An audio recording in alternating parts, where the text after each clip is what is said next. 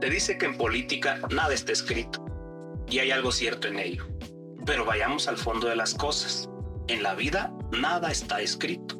Desde que se descubrió el caos como la sustancia primigenia y primordial del universo, tendemos a ser más cautelosos a la hora de hacer predicciones y afirmaciones. Pues hoy, en la era del ocaso de las certezas y la posverdad, la incertidumbre es la norma. Pero esto no niega que también hay verdades que están ahí, prestas para ser descubiertas y enunciadas. Cuando Pitágoras anunció su famoso teorema, él no hizo otra cosa más que descubrir algo que ya estaba ahí, la forma. Simplemente le dio coherencia conceptual a las cosas. Al igual que Pitágoras, Newton no inventó la ley de la gravedad. Él solamente la midió y le dio enunciado. Marx no inventó la lucha de clases ni la teoría de la plusvalía. Simplemente le dio coherencia conceptual a algo que está haciendo y que viene siendo desde el origen mismo de la humanidad. Asimismo, Freud no inventó el inconsciente. Este yacía en el centro mismo de la psique humana. Freud solamente le dio coherencia conceptual y racionalidad a algo con lo que los humanos siempre hemos lidiado. Se dice que la precandidata de Morena, Claudia Sheinbaum, le lleva una ventaja de alrededor de 30 puntos porcentuales a su contendiente más cercana, Xóchitl Gálvez, lo cual no es un invento, es decir, no es una argucia para elevar la moral combativa, ni discurso motivacional, ni estratagema alguna, simplemente es, y lo dicen la mayoría de las encuestadoras, propias y extrañas, críticas y apologistas, defensoras y opositoras, es decir, el triunfo de Sheinbaum es verdad eminente, pero en política, así como en toda ciencia social, siempre hay que lanzar un ceteris paribus, por eso del caos y la incertidumbre. Entonces, la verdad científica diría así: mientras otra cosa no pase, Claudia Sheinbaum ganará las elecciones del 2024 y será la próxima presidenta de México. Y dicho triunfo significa el triunfo de la continuidad de la 4T, o sea, la continuidad del obradorismo sin obrador. Pero esto no es lo sorprendente. Lo sorprendente es que la precandidata no tiene el mismo carisma, ímpetu, experiencia y dominio político y comunicacional que tiene el actual presidente. Entonces, ¿cómo explicar que Claudia Sheinbaum tiene mayor posicionamiento e intención del voto que el mismo Andrés Manuel López Obrador en sus 3 campañas pasadas, dígase 2016, 12 y 2018? ¿Cómo explicar el gran arrastre del movimiento de la Cuarta Transformación en la personificación de su precandidata? Veamos. En primer lugar, tenemos el contenido mismo de la 4T, es decir, los logros alcanzados por el movimiento de transformación que ya hemos analizado en otras videocolumnas, el apoyo directo a casi 28 millones de personas con las pensiones y becas del bienestar. Para el 2024 todos los adultos mayores estarán recibiendo 6,000 pesos bimestrales.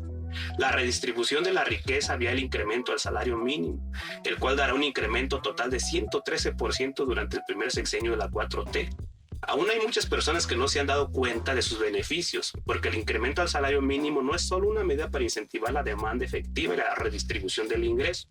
También afecta positivamente otras variables como las exportaciones, como las aportaciones patronales para seguridad social, los créditos de vivienda, así como el incremento de las pensiones, ya que mejoran los montos de ahorro forzoso para las familias. Asimismo, las obras estratégicas de infraestructura han logrado reactivar la economía manteniendo un crecimiento constante de más del 3% del PIB post-pandemia, lo que ha permitido abatir el desempleo crónico que padecimos las últimas décadas.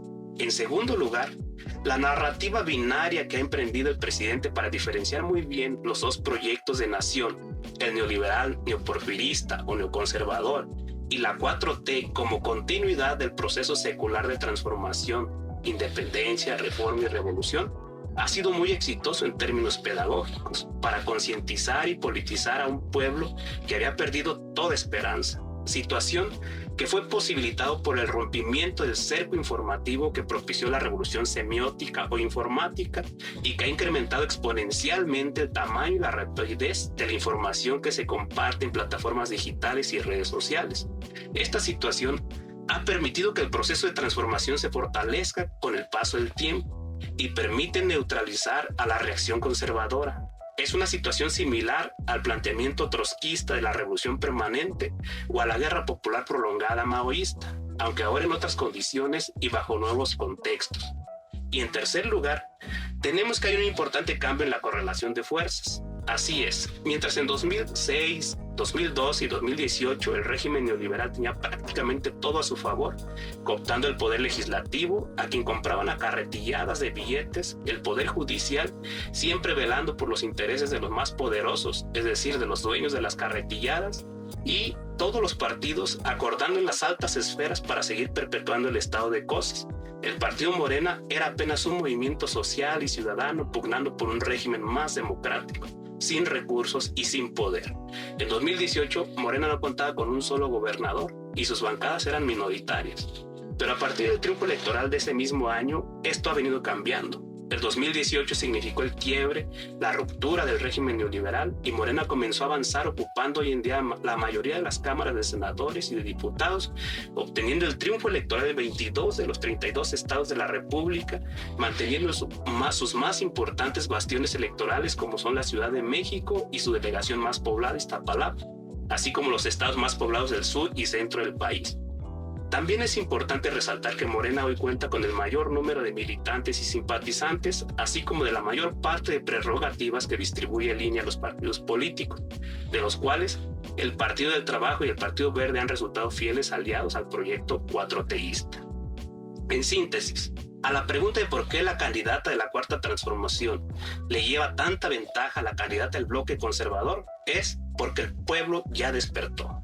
Está más organizado y consciente que nunca. Ya se dio cuenta que sí se puede transformar al país, sin necesidad del derramamiento de sangre ni de rupturas traumáticas. Hoy, el pueblo sabe diferenciar entre una candidatura de papel, construida por el marketing político, y una candidatura programática de contenidos. Hoy a este pueblo le interesa saber más que quién es la candidata del proyecto de Nación Enarbola.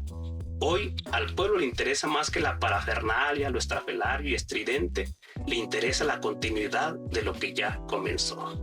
Enhorabuena y hasta la próxima.